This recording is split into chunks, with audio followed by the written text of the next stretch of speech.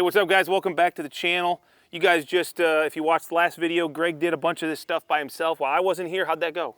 Good. I mean, it was kind of tough without you, but it looks good. It got done. And then also, because I was gone for a week in Germany at Festool Experience, which is like a little, I don't know if I even put a video out, but they just went through a bunch of their tools.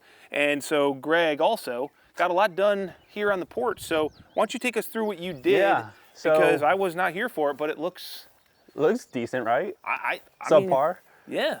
The girls I run with would approve. Yeah, what we got done while you were gone was up, you can't see it right now, but we got all the framing done in the porch. We got like Wait, what about the hangers? The hangers, we got all of that done. Okay. Like that was important. We got the ceiling up, which looks good. Great. What about the miter? The miter's important. I mean, I think it all lines up. Okay. Yeah, miter looks good. Screws, yeah.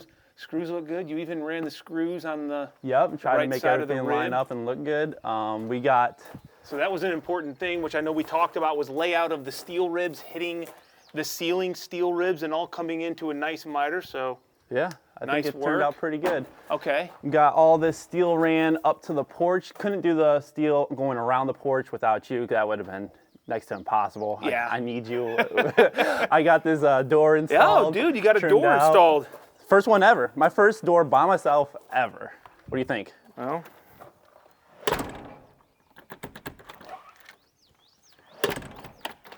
well, you know what? I always say if a door opens and closes, you did good. All right, let's go. That looks good to me. I got the Kyle approved. Yeah, that looks good, man. Good reveals. What'd you do for that?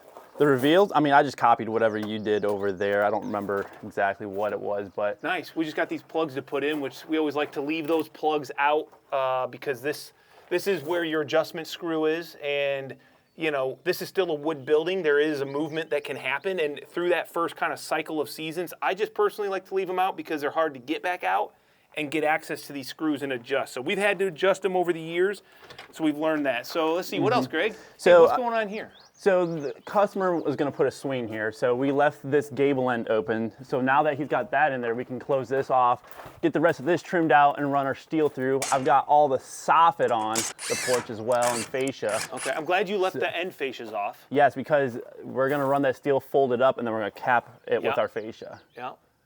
So I make awesome, dude. Well, it looks like you really set us up for getting this thing wrapped up, I think, in the next day or two. Yeah, I think so. So we're going to get this outside done today. We're going to try to get all the gable trims on the roof, the ridge cap, the cupola, and then we'll see how much of this steel we can wrap up on the outside. So awesome, dude. Good job. You know, I might just retire now. You call me in when you need me, but for like 4 out of 5 days, I'll stay at home. I just need another guy. I just need another set of hands, and then that might be possible. All right. Let's get to work. As much as I like the plastic, it can be quite annoying. Got your hand on it? Yep. Okay, come down a little. Yeah? It's about where I need it.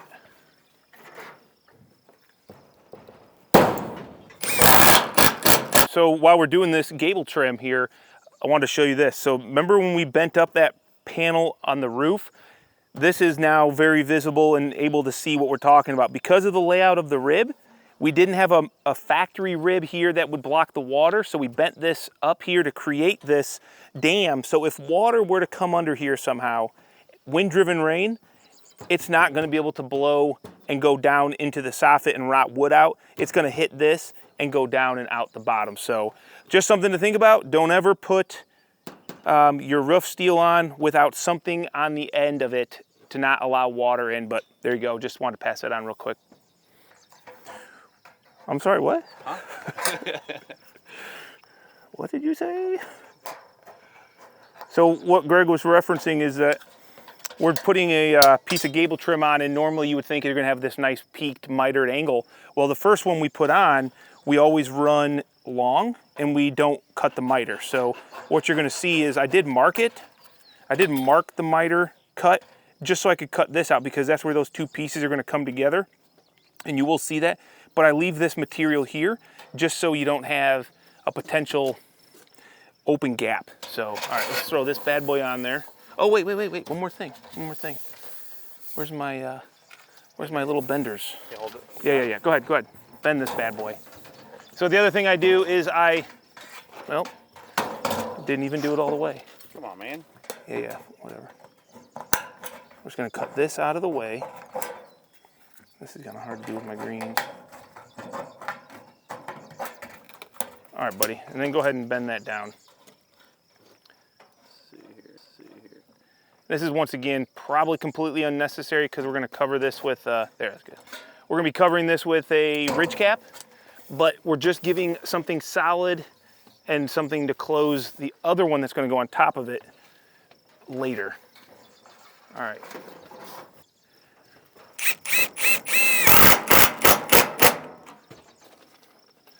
All right, got it. Careful not to rock this. Let me look down it. Pull it out. So I'm just making sure, eyeballing, that this is all nice and straight. Let me look. Yeah, honestly, right there, it looks good to me. Yep. And so then I'm eyeballing this line, because if I can eyeball this here at the point of the roof trim, it's going to look really good from the ground. And yeah, that's good right there, Greg. Let me actually pop this one in here. Okay. This flap is kind of goofy. Okay. Yep, you're still good. Okay, so once we have the top locked in, the bottom locked in, and then our joints are good, now we can go ahead and screw all the rest of this stuff off. And this is a very important, I think we touched on it a little bit, how to try to avoid this piece of trim here. It's a flat piece, it sits in the sun. Try to stop it from oil canning. I always see the wave in buildings, and I'll show you how we try to avoid it. It's not 100% avoidable, but with dark trims, you want to do your best, so I'll show you what we do. First, we're going to screw all these tops off. I step back and I can see there's a little bit of a pucker right here where that screw is, and that means most likely it's under some tension, so typically what I'll do is I'll just come back through. So now that oil can is gone. So it's very important not to over tighten your screws to install them. There's not gonna be a water leak here that I'm concerned about, okay? So we go through, we get it on, and then we have to visually look at it and then release tension if there's a little bit too much tension on a screw. There, that's a joint. I wanted that one down nice and tight. So imagine this flat area, if it's got tension on it, it can wave. But what we try to do is almost create a little bit of a cupping effect? Sure, a cupping effect, because that cupping effect also increases the strength. And then it reduces the amount of oil can. So if you can't see it, but maybe, there's just a slight cup that we create by kind of pushing that screw in, and we found it to really help avoid oil can. So that's when we're installing these, we just kind of push it up, put our screw in, release it, and then just snug it up. And that kind of keeps the tension and the pressure off of this piece of trim here, which honestly, I get a lot of guys that, in fact, I had probably 2 last week that messaged me on YouTube or something about this trim specifically because they installed it and then it looked kind of bad later on when the sunlight hit it. So, and that happens to us too, but we try to avoid it, and we also know kind of, okay, there's a little oil can there, let's go release that screw because there's probably too much tension on it. So let's see there.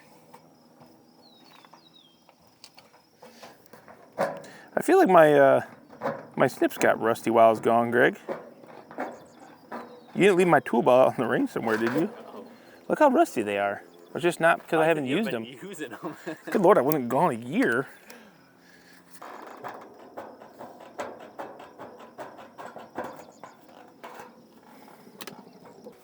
So now you can see this little flap of metal and this flap of metal, they're going to support this guy right here. See that? So now mainly you're going to be looking at this building from this side because the road's there, the house is there. So our overlap is what we want to make sure is considered. So it's being over. Look at that helicopter, dude. Sorry, I'm getting a little sidetracked. That's important. So now what we can do is go ahead and I'll try to just eyeball, because I'm not going to pull a tape measure out for this. It's going to look just fine. Hope I don't get chastised.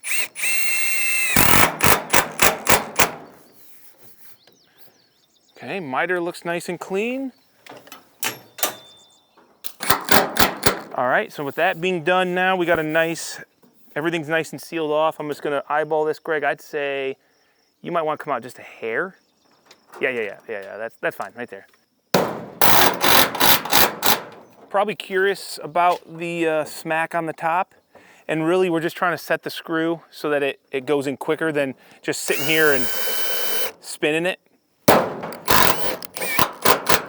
But you know, we're gonna get Arthritis. yeah. So we should grab another tool for that probably. All right. So what I'm gonna work on now is this outside corner. So that's obviously to cover up this gap so we don't get any water coming in here, but also it gives it a nice aesthetic. So what I'm gonna do is I'm gonna run this lower piece first into this double angle wainscot trim, and then I'll do another piece. So the first thing I need to do, I mean, I already know this, but for the sake of what we're showing here, is I need a piece that is cut underneath this trim, but also comes up a little bit. So I always cut my pieces at 38 inches in total, and then I'll show you what I do with that 38 inches. And then I do know this piece, this steel right here is 12, 11 3/4. So I'm gonna be able to use that dimension to figure out and make my cut up top as well. So let's go inside, we'll get these pieces cut, and then we'll come out and install them, and I'll show you how they all kind of go together. All right, so first piece we're just gonna cut down at 38. This is for my bottom section. So we're just looking for a square cut right now.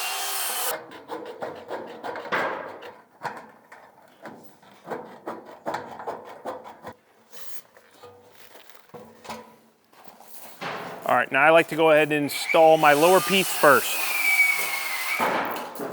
And typically what I'm going to do is I'm gonna cut all my lower pieces, and I'm gonna go around and install all of them at the same time, and then I'll do all my uppers at the same time. But for the sake of the video, we're just gonna do the lower, and then I'll do the upper. Plastic.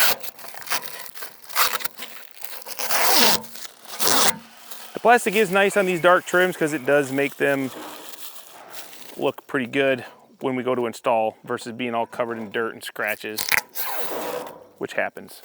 All right, so now what we're going to do is my bottom is gonna sit on this base trim. I know that's a 1-inch base trim, so all I'm looking to do is give myself a 1-inch mark.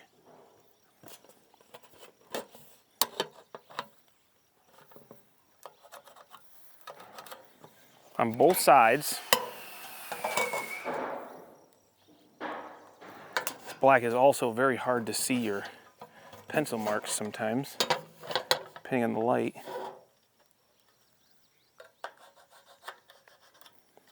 Okay, so with those 1 inches, that is going to get cut out. So we're going to try to do a nice clean cut.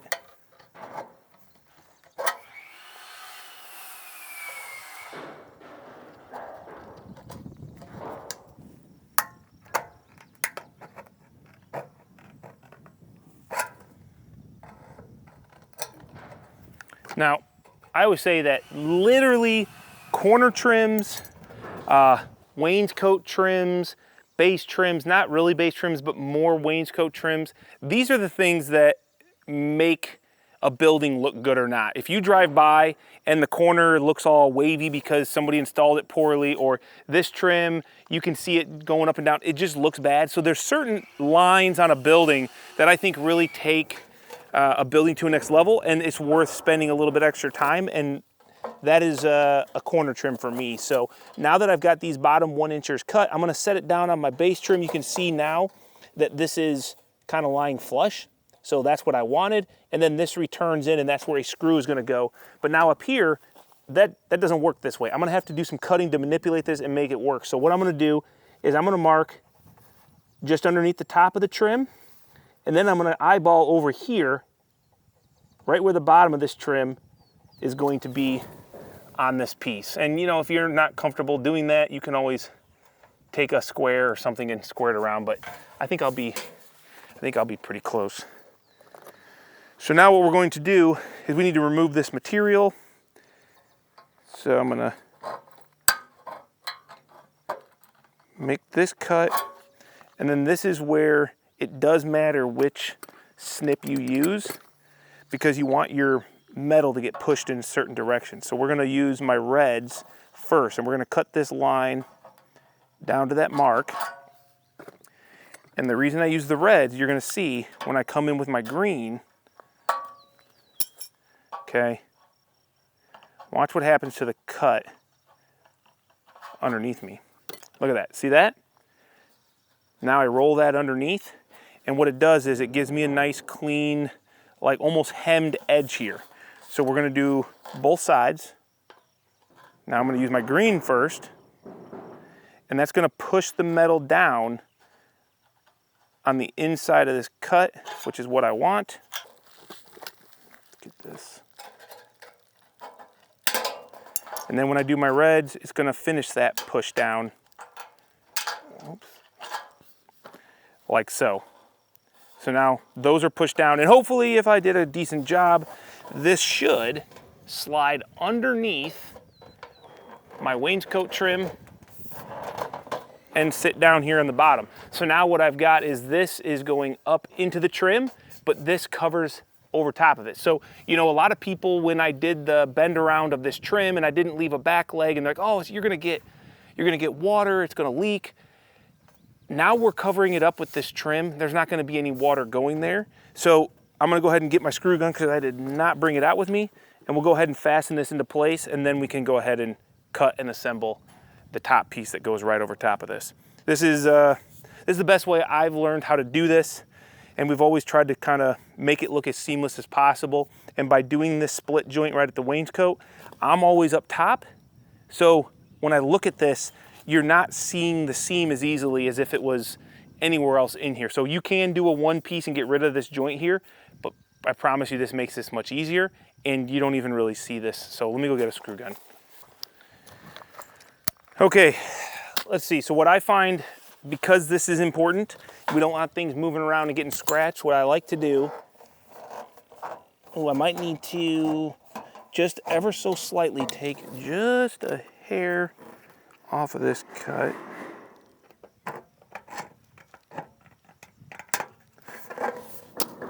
Okay, so when I get this in here,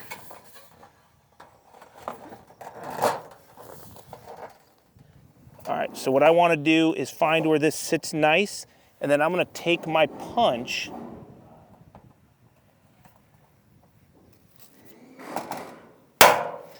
and just hit it hard so it goes right where I want it. Then I can come around to the other side and get this first screw down at the bottom. That way it doesn't move around on me. All right, let's see. And we're just gonna leave that in place. Make sure that we like the position up here. It's tight against my trims.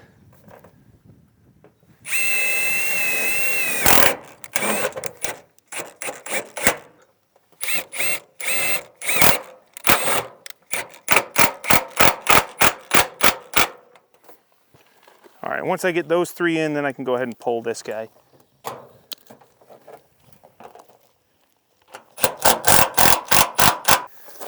All right, so first piece on. Now we'll go ahead and cut this upper, and we'll get that slit on next. But now you can see that's a pretty nice look. That kind of just gets tucked in there, and then we extend this up because the next piece is gonna sit right on top of this wainscot. And we obviously don't want a gap there, so that's why this extends past it, and it will sit underneath the next piece.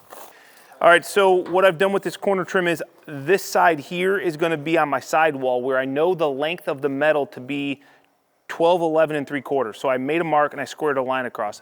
Now we have to go up because where our soffit is, we have a 2-foot soffit overhang, which means that we lose 8 inches of rise in that 2-foot. So what I can do basically is assume that this is about 8 inches. My guess is it's gonna be a little bit less than 8 inches, but I'm gonna leave the 8 inches on there, and then that's what goes up the side wall. And I hope that makes sense because I think you're gonna see this is on the soffit on the end wall, and as it goes past this point, it's going down 8 inches rise on 2 foot of run, which should be where my soffit is. It should be. So it always is a little bit less. But anyway, we're gonna go ahead and cut this and take it out there. And if it's not right, I can always cut a little bit more off, but I'd hate to cut it shy. even though they do make new steel every day.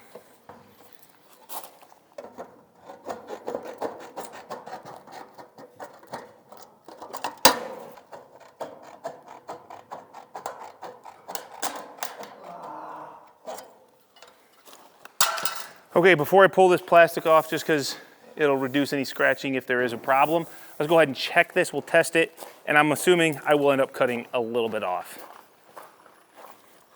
And you may be saying, Kyle, why didn't you just cut it off beforehand if you know you're gonna cut it off? Well, because when I put this up there, depending on how much it overhangs this, that'll tell me if I have to cut it off, and then I know exactly how much I have to cut off. And maybe nothing, I don't know. Okay, so look at that. So I need to cut off about maybe 1/4 to 3/8, and then this will go up high enough to sit right on this trim here. So it's this here.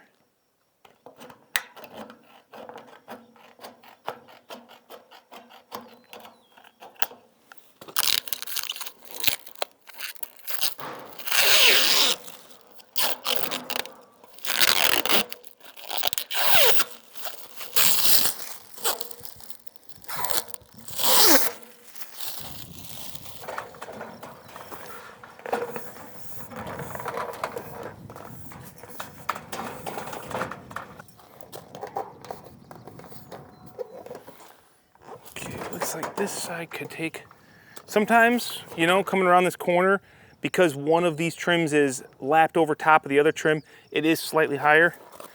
And it looks like this side, I just need to trim maybe a hair of this off, and no one's even gonna see this.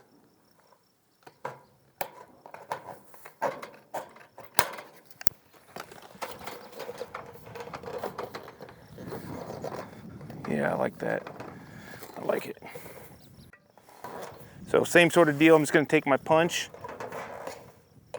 I'm gonna get this right where I want it.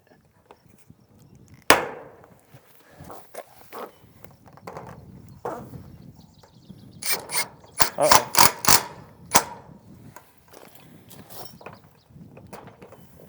Okay, we're good.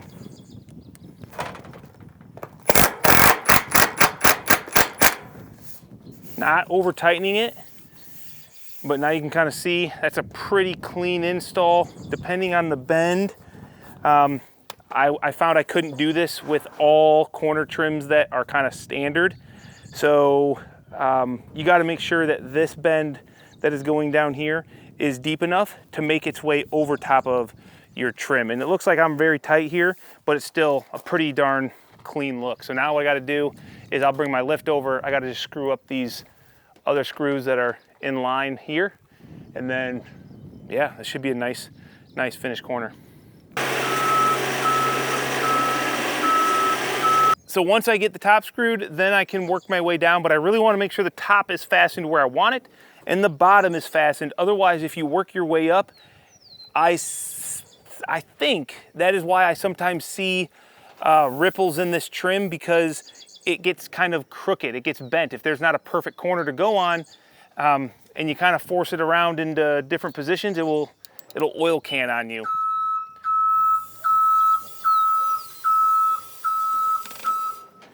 So something I'm gonna do on this is very similar to what we do on our gable trims, is I wanna kind of scrunch it and create a bubble, a curve in the metal, and that's gonna help create some strength in it so it doesn't oil can as easily.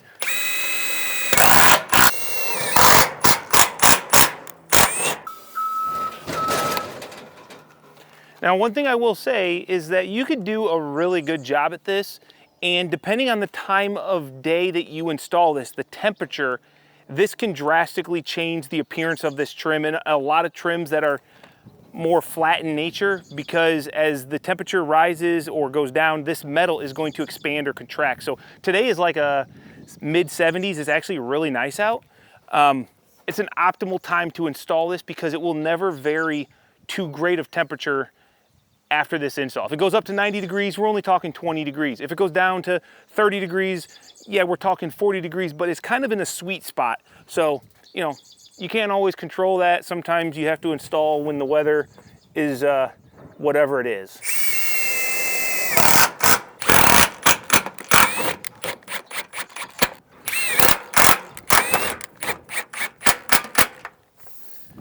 Okay, so it's a two-piece corner, but in my opinion, when you're back looking at it, it looks like a nice one-piece corner. I'm not a fan when people install this piece underneath their trim and the trim continues around. I feel like this is a nice cap, but hey, that's just my personal preference. I'm curious what you guys think down below in the comments. Do you guys like this? Is there a better way you've seen to do this? Personally, I think it looks pretty money, and the corner trims are kind of the finishing staple, in my opinion, on a building. So now I can step back and look at this and it looks pretty much finished. All right, so what we do here with our ridge cap, because we need to cover this up, is we do this little bend here and also throw a little bit of extra foam closure. So this closure here, it is to allow air in our vented ridge cap to come out so that, you know, your attic space is properly ventilated, but it's going to eliminate the wind-driven rain from coming in there. So we just use a little bit of it at the end. We do this little bend over to just cover this up, and then we're going to set this lined up with our miter. And Greg, go towards you a little bit, and then I'm going to eyeball more. Go towards you more, a little more, right there. Okay, that we're going to try to eyeball, because honestly, it's going to be plenty good enough, because we actually have pretty good. Greg has a really good eyeball, actually. You know what's weird? You have a really good ridge cap eyeball, but nothing else. Everything else is like to the right. Okay, so we're gonna screw on every rib, and I like it where you're at, Greg, so I'm gonna go ahead and, do we need anything, or can I come up there? Okay, so we're just gonna tack down both ends, and we're gonna get this all laid out nice and straight, and then we're gonna come back and screw it off. What that means is when you guys are watching this, it might look a little bit weird. You might see some like bubbling in the ridge, but that's because we don't have it all secured and fastened down. Depending on how fast Greg's moving ahead of me, we have like a little process. I will sometimes go ahead and screw the middle, because I found that when you're doing trims, if something is not perfect, and you go from one end to the other, and the other end is already screwed down like this, all of the imperfection can, like a wave, it all bubbles out to the other end. So by taking middles, you're kind of in essence cutting any sort of oil can possibility in half. So like I did, Greg screwed the end, I screwed the middle, now I'm gonna come back in the middle of that middle and put another screw. So I think that makes sense. It's just one of the things that we've done over the years that it seems to make a better end quality product. You might have to take that tip off, buddy.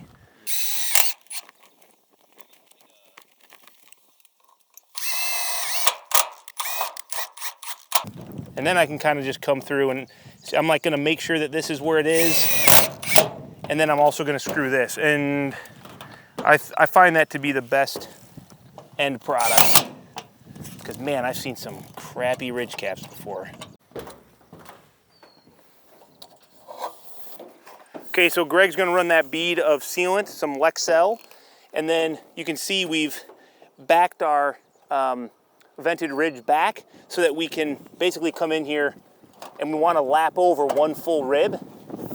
So we're coming back to this rib instead of going way over here.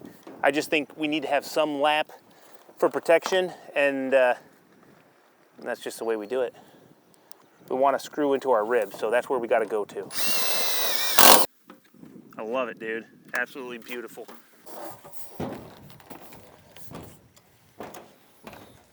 Why is that piece so dirty? I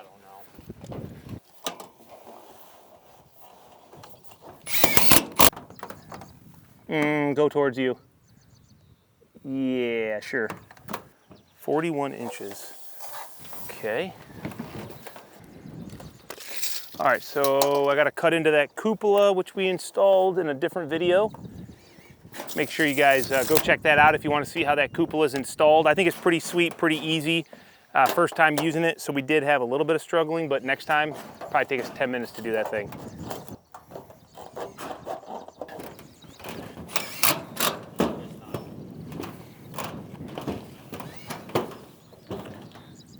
Now, one thing I like to do here is I'm just gonna run a fat bead here outside just to keep any water that might make its way coming back into the roof.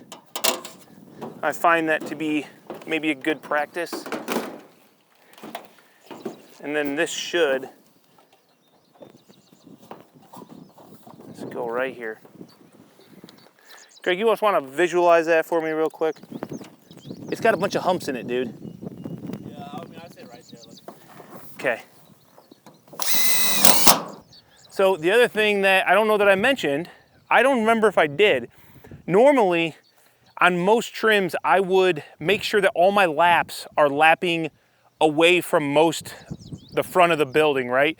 This is a little bit different because, as you can tell, the wind is at my back, blowing mainly from the west this way. So we make sure that our laps are lapping away from the weather to prevent wind-driven rain driving into those laps. Even though we put sealant, it's still, I think, just good practice to, on a roof, always have your laps facing away from the weather, even if that means it's going towards the main visual point of the building, because nobody's gonna see this roof anyway. Just the birds and just you people on YouTube. All right, let's see. Right about there, Greg. Let me see, how do we do? It's perfect, dude. I like it. Go ahead. Looks like I did eyeball it pretty good. No, I eyeballed. I let you do the last one yourself. No, you didn't. I did them all myself. All right, you're the best ridge capper this side of the Mississippi, dude. It's not bad for eyeballs.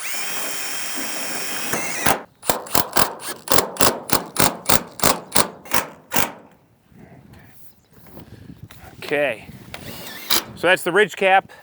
Sorry about the wind noise, guys, in the video. It's pretty windy out. Ridge cap, gable trimmed down. We did get the cupola in a different video. Make sure you check that out. We're really getting close to wrapping this up. Basically now, I think all we have left on this exterior is the steel that needs to go around the porch. So let's go ahead and get started on that and get this exterior wrapped up. Do you want to see these? Because the way I read a measurement and the way you read a measurement. I got the window. You get those and then you transfer them. Okay. 3/8. So there is a ton of cutting to be done here. 53.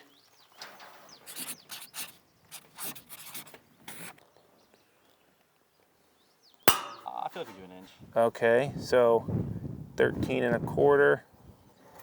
Personally, You just haven't mastered it yet, dude. I don't like the peak up or tracing. Bro, that's a straight as can be line. You ain't gonna get straighter than that.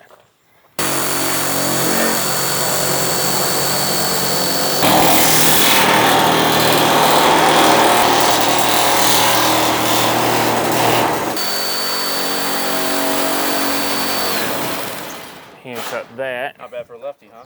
Not bad, dude. So we stopped our nibbler shy so that we could do a hand snip here so we don't have a big gaping hole. Yep, this is just our bend. There's that. So then I can do this.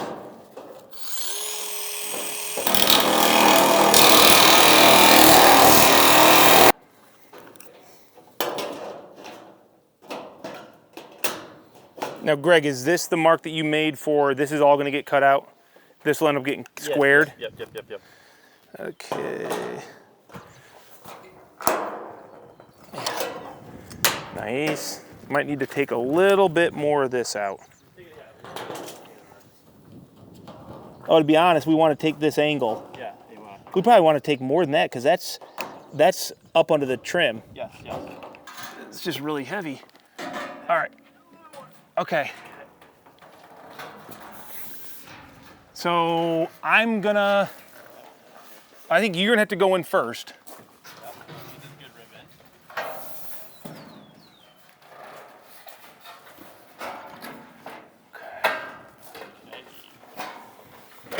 This is where it's gonna get interesting.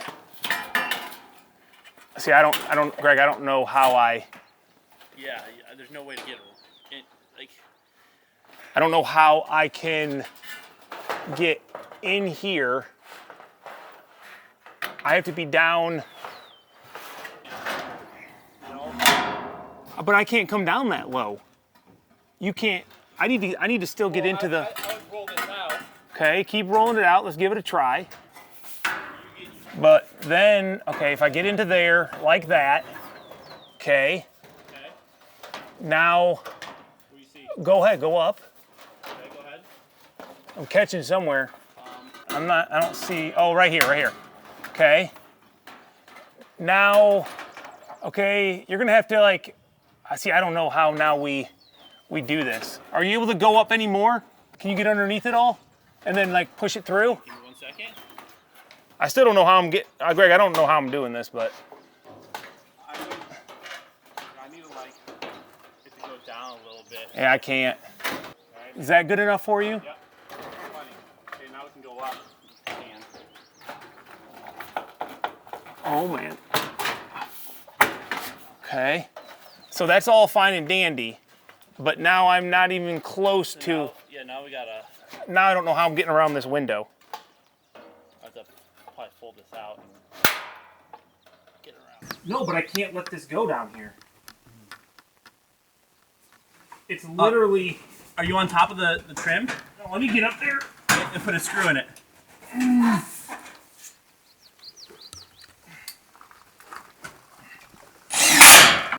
All right, sorry guys, audio died there really quickly, but that was the hardest piece of steel we've ever installed. I can't believe though that it went, even though that didn't look easy, it was a lot easier than I anticipated. And honestly, I think we learned something, Greg. Oh, you're not even up there anymore. Oh, I gotta go. Yeah, we learned that we gotta make sure we cut those pieces of trim back, dude. But look at that. Next time. Good job, man. Go get your hair cut or whatever you're doing. Chiropractor? All right, chiropractor. Oh my gosh, that was a lot of work. Hardest piece is now done though, so I can get this all screwed off. I don't know what time it is, but maybe I'll have time. Get these last two little pieces here done, and then we're good to get the pieces above the roof steel before we do the roof steel, and we'll just keep this, keep this video going. We'll get it all wrapped up tomorrow. I don't know what time it is, but 4:30. Yeah, I think Greg was supposed to leave at 4:15.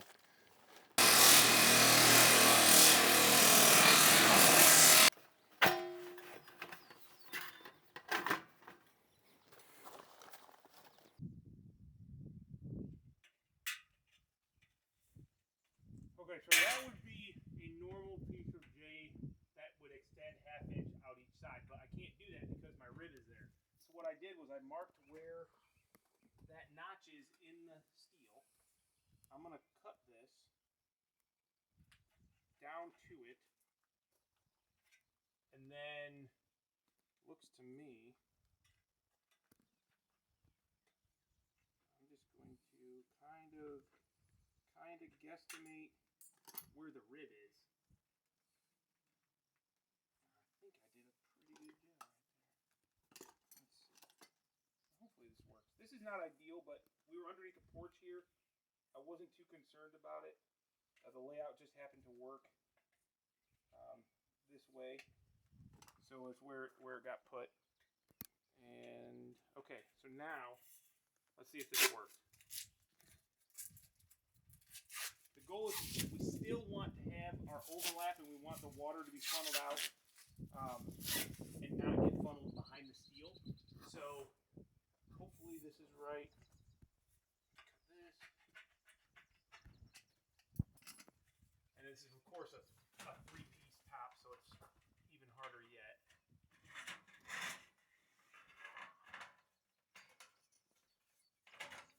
So now we start kind of fishing this back here. This is going to be tricky. Okay.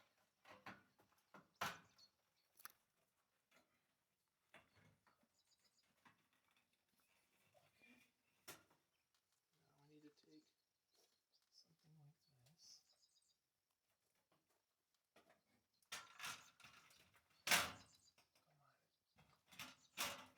Oh, it didn't go too bad. Okay, so now look over here.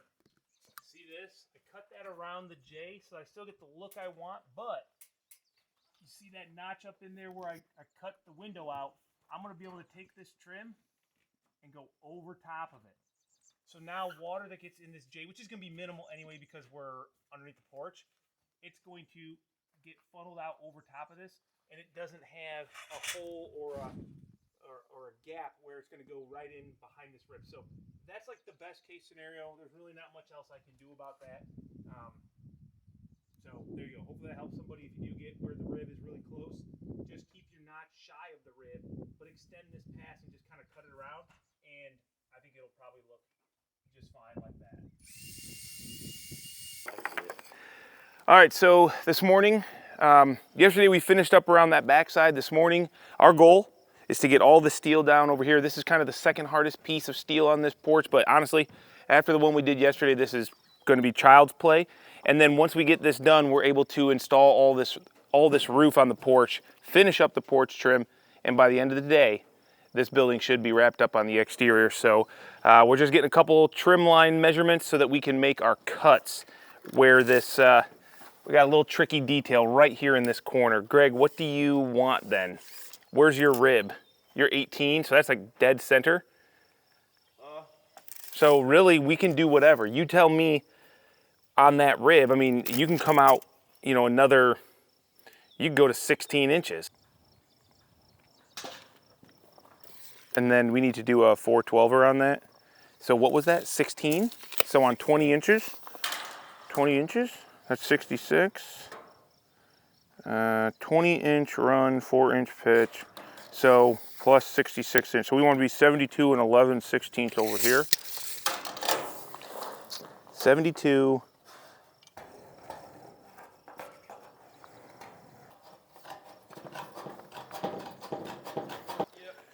Yeah, this is kind of a weird spot because this rib is going to be right against our fascia, you're going to see, but that is why we extended this cut, and it's going to allow us to make sure that this stays nice and waterproof. Well, not waterproof, I think they call that water resistant.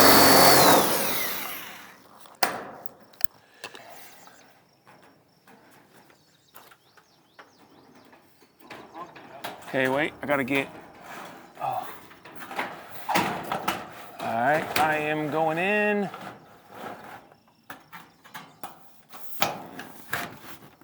Oh, beautiful, dude. Absolutely beautiful.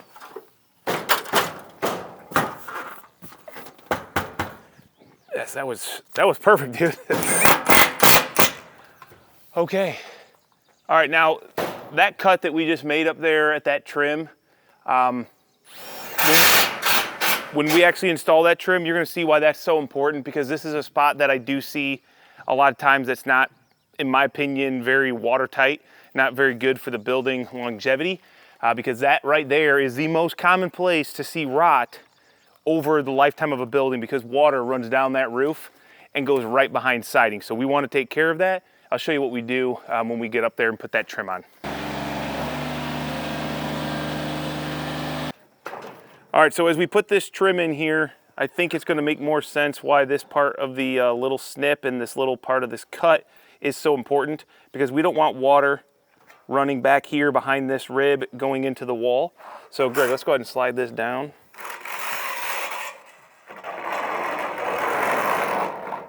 Okay, I'm going to try to rotate it a little bit, reduce any scratching. Wait. I'm caught in, okay, yep, we're good.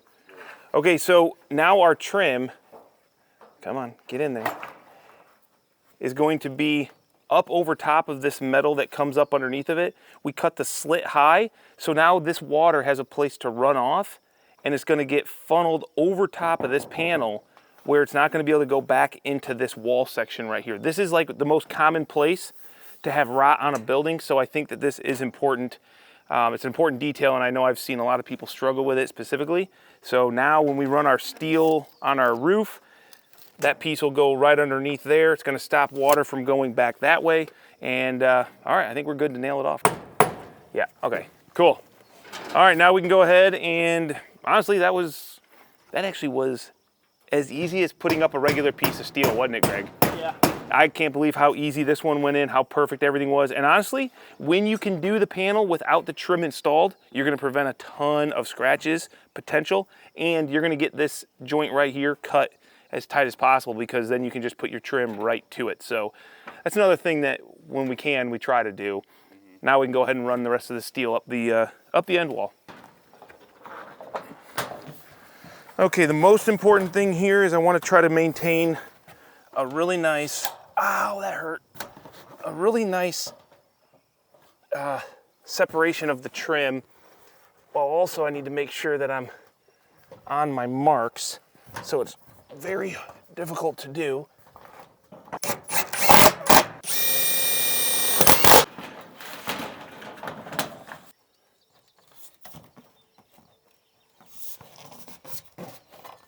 Don't go nowhere.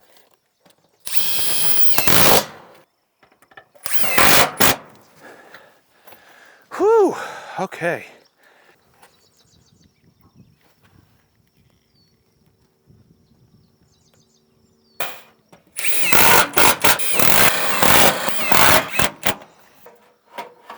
Let me put this epic piece of trim in.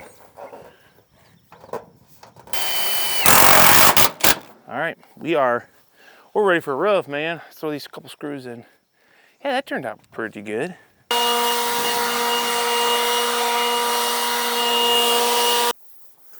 If we don't do this now, when we put this up on the roof, this one top panel that's been getting, covered in dust over the last couple weeks, it will literally look bad. And even though you think, oh, well, first rain's gonna take all that off, it's not true. It's almost like it has to be hand kind of cleaned. Otherwise, the dirt and dust just kind of sits on it for quite a while. So same with footprints. That's why we try to avoid all that stuff. But this at least this won't look bad now. That's pretty good. These aren't really, in my opinion, entirely necessary when you have a sheathed roof, because you're not as worried about some potential snow that might blow in there. I mean, it's not as big of a deal, but it's something that we do still try to do, is put these closures on whenever we can. There's a lot of companies that don't even put a closure anywhere on a building. I think it just depends on the end use. Oops.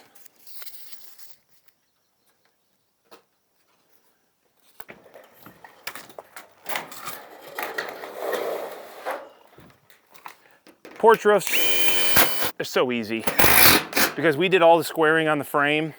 We have the sheathing so we can punch our holes. We don't have to guess anything. It's just basically lining up ribs on the wall, going to my marks out here, and it's usually pretty good. I don't think usually our roofs are ever a problem on our porches, right, Greg? No, they kind of just fall into place. You can see up top, Greg, see how that steel just slides right into that piece of trim that we pre-measured. And even though you can, maybe you can't, but you can see up to that, into the wall, we will put a closure strip when we're done there. It's just, can't do it now. We gotta wait till it's all installed.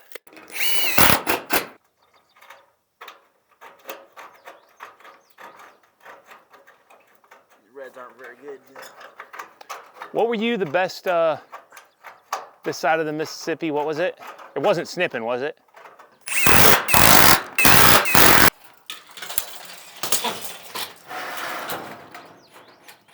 I just cut that off because it gets in the way sometimes with our gable trim if it sticks out too far. So I just knew it was probably best to get it out of the way.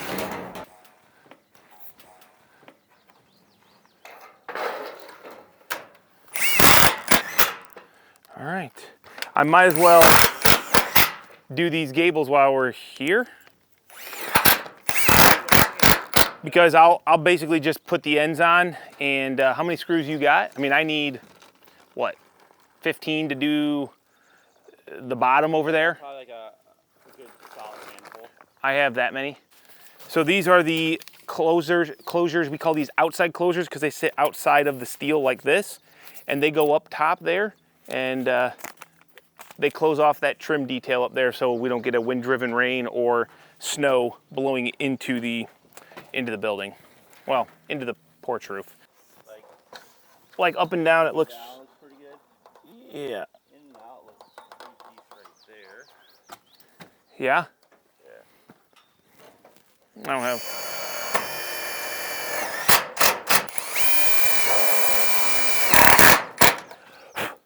Okay, so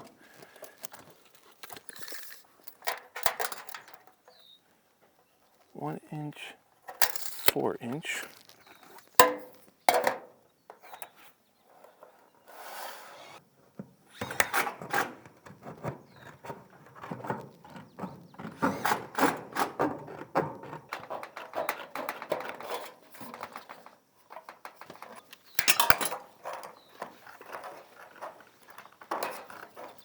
All right, since we don't have any more filler strips like the pre-made ones, we're gonna go ahead and use foam closure here and just squash it into the rib. You wanna lift that up for me, big dog? Get this in there. All right, yeah. Oh yeah, this stuff will squash down pretty good. It'll prevent all that wind-driven rain. Pretty good idea. Man, whose idea was this? It was yours. No, it was yours, dude. Don't let me take your, don't let me take credit for anything that you did. That way, if it's a bad idea, it's your fault. I don't think it's a great idea. It's being resourceful. We had the extra roll, and we got to do this today, so we don't want to wait. Come on, buddy. Wait, don't go crazy. You gotta like bend it up so yeah, it goes in like that. There you go. Oh, nice. Not bad, dude. That foam filler. See, now this is right where we want it there. Yeah, it worked out good.